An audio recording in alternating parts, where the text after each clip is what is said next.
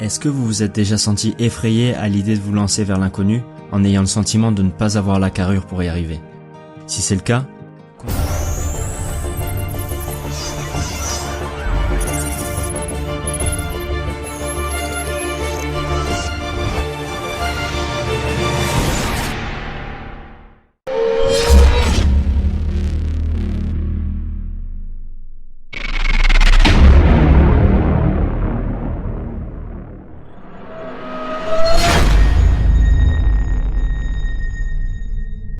continuez à regarder parce que l'histoire de Phil Knight, le créateur de Nike, va vous prouver que rien n'est impossible quand on est déterminé. Dans son autobiographie, L'Art de la Victoire, Phil Knight revient sur ses débuts difficiles et la passion qui l'a animé jusqu'à aujourd'hui pour faire de Nike l'une des marques les plus populaires au monde. On va voir ensemble les nombreuses leçons qu'on peut tirer de cette incroyable histoire. Le livre commence en 1962, alors que Knight se retrouve chez ses parents dans son cher Oregon, après son retour de la prestigieuse école de Stanford où il a obtenu un master en commerce. Comme à son habitude, il était parti courir, et son esprit était rempli de doutes et d'ambition. Il était là, timide, pâle et tout maigre, avec le sentiment de n'avoir jamais rien expérimenté de fort dans sa vie. Il n'avait jamais cédé à aucune tentation, jamais enfreint aucune règle, jamais eu de copine. Comme tous ses amis, il voulait réussir, mais il n'avait aucune idée de ce que ça voulait dire. L'argent, le mariage, des enfants, une maison, bien sûr, mais il aspirait à quelque chose d'autre, quelque chose de plus grand. Il avait de plus en plus ce sentiment que la vie était courte, et il voulait que la sienne ait un sens, qu'elle soit passionnée, créative, importante et par-dessus tout, qu'elle soit différente. Il avait toujours rêvé d'être un grand athlète, mais n'avait jamais réussi. Il avait bien remporté quelques titres dans sa région, mais ça n'était jamais allé plus loin. Mais cette passion pour le sport et la course à pied en particulier avait donné naissance à une idée folle. Dans le cadre d'un cours d'entrepreneuriat à Stanford, il avait dû présenter un devoir à sa classe, qui avait fini par devenir une obsession absolue. Passionné par le monde des affaires, il savait que les appareils photo japonais avaient révolutionné le marché, dominé jusque-là par les Allemands. Il avait donc soutenu dans sa présentation que les chaussures de course japonaises pourraient faire la même chose en concurrençant Adidas, le leader incontesté à l'époque. Sa présentation avait profondément ennuyé ses camarades, mais il avait quand même obtenu un A. À l'époque, la course à pied était très peu populaire. Le peu de joggers qui s'aventuraient à courir sur la route étaient considérés comme des fous, et ils se faisaient insulter et jeter des canettes par les voitures qui passaient. Il s'est dit que, peut-être, il pourrait partir au Japon pour essayer de trouver une entreprise de chaussures et lui présenter son idée folle, et en profiter pour découvrir le monde en même temps. Comment est-ce qu'il pouvait laisser sa trace dans le monde sans le connaître un minimum ? Avant de mourir ou d'être trop vieux, il voulait visiter les plus beaux endroits du monde, goûter les autres cuisines, entendre d'autres langues, s'immerger dans d'autres cultures et ressentir une réelle connexion avec le monde. Après avoir difficilement convaincu son père de lui prêter un peu d'argent, il s'est donc acheté un billet aller simple pour Hawaï avec un ami et s'est trouvé un petit boulot à vendre des encyclopédies en porte-à-porte. Il était extrêmement timide, donc il s'en sortait pas très bien, mais ça lui suffisait pour payer son loyer et profiter de la vie à Hawaï. Après quelques mois passés là-bas, c'était l'heure de partir seul pour le Japon. Grâce à un contact qu'on lui a donné là-bas, il a pu rapidement rencontrer un producteur de chaussures sur place, Onitsuka. Le moment de vérité était arrivé.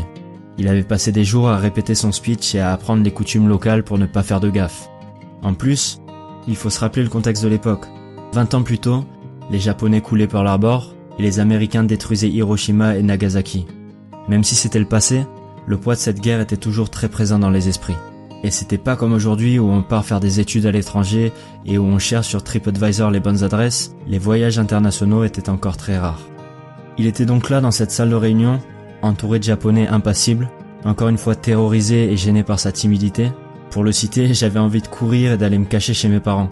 Mais il a récité sa présentation aux membres d'Onitsuka, et à sa grande surprise, les Japonais ont été séduits, Blue Ribbon, l'ancêtre de Nike, était né. Après avoir fait un tour du monde rapide, il se retrouvait de retour chez ses parents à attendre les échantillons de chaussures d'Onitsuka. Pour subvenir à ses besoins, il a décidé de passer un concours pour apprendre la comptabilité, puis de travailler dans une boîte de compta. Un an après être rentré, en 1964, il reçoit enfin les échantillons et réussit à convaincre son ancien coach de l'université de l'Oregon, Bill Bowerman, de prendre la moitié des parts de Blue Ribbon. Il lui vouait une profonde admiration, c'était lui qui avait fait naître sa passion pour le sport et il était lui aussi obsédé par les chaussures. C'est là que l'aventure a commencé et que les obstacles se sont enchaînés pour lui.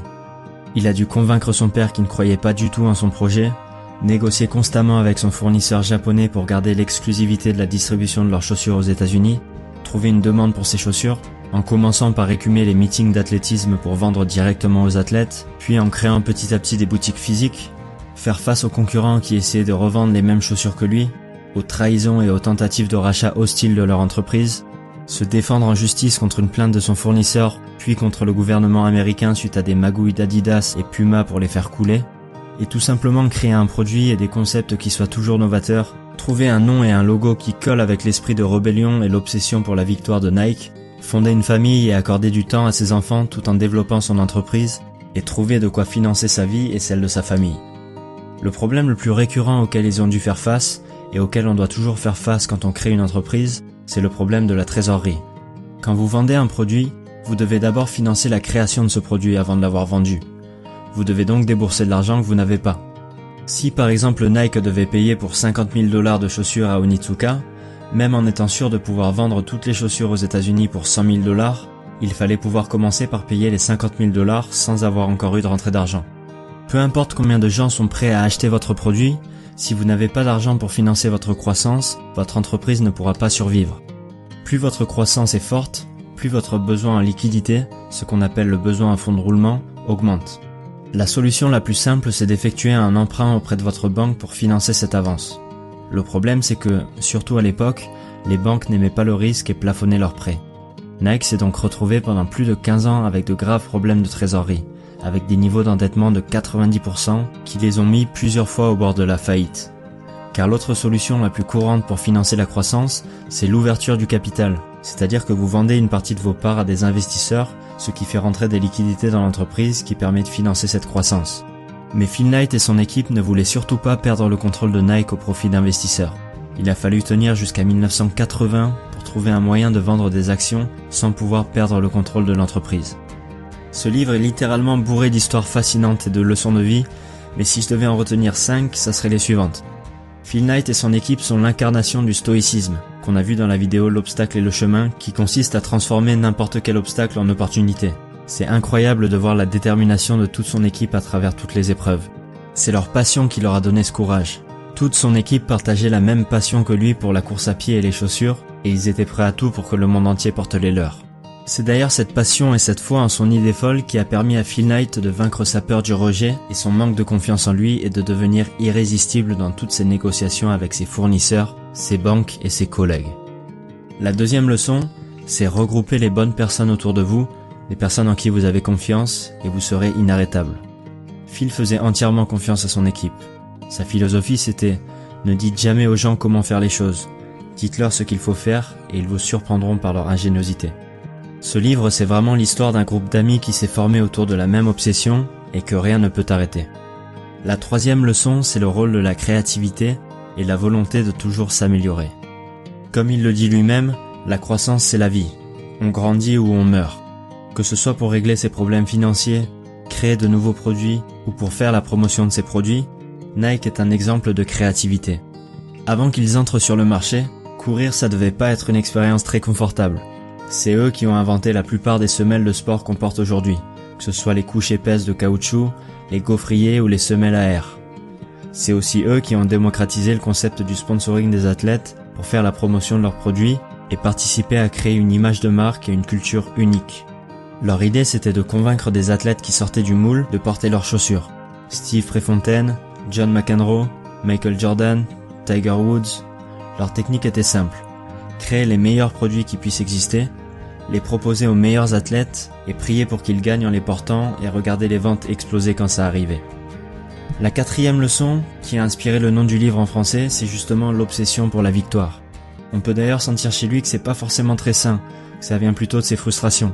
La frustration de ne jamais avoir pu être un athlète reconnu, l'envie de prouver à son père et à son coach qu'il n'est pas un loser et qu'il peut devenir quelque chose. C'était un compétiteur maladif. Mais peu importe l'origine, c'est cette rage de vaincre qui lui a donné la force d'aller créer cet empire et détrôner Adidas, et d'aller partager sa passion et créer le meilleur produit possible pour des millions de personnes.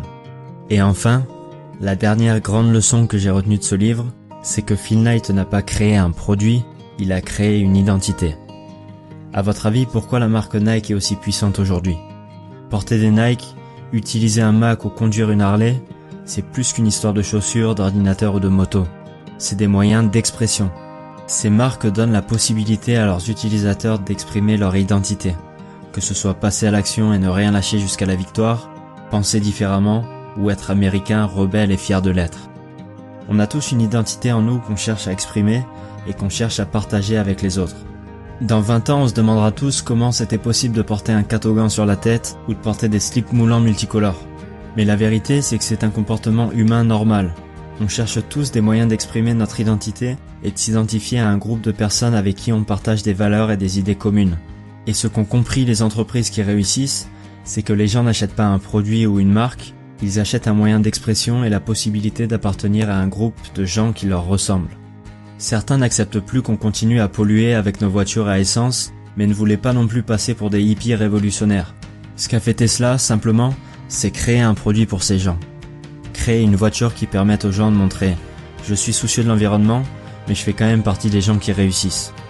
Et le meilleur moyen de créer un produit ou une marque qui soit susceptible d'intéresser les gens qui cherchent à exprimer leur identité, c'est de créer un produit qui permette à vous d'exprimer votre identité et qui n'existe pas encore. Phil Knight rêvait de pouvoir exprimer sa rage de vaincre par le sport. Steve Jobs ne pouvait pas supporter l'idée de se conformer aux bien-pensants. Et le créateur du slip français considérait que ça n'avait pas de sens de produire des produits à l'autre bout du monde qu'on pouvait produire localement. Maintenant, ces marques sont devenues de véritables mouvements qui dépassent largement leurs créateurs. Et vous, est-ce que vous imaginez le monde autrement? Est-ce que vous pensez pouvoir exprimer pleinement votre identité et que le monde est en parfait accord avec vos convictions? Ou est-ce que vous pensez à un produit ou un mouvement qui puisse permettre aux gens qui pensent comme vous de le changer?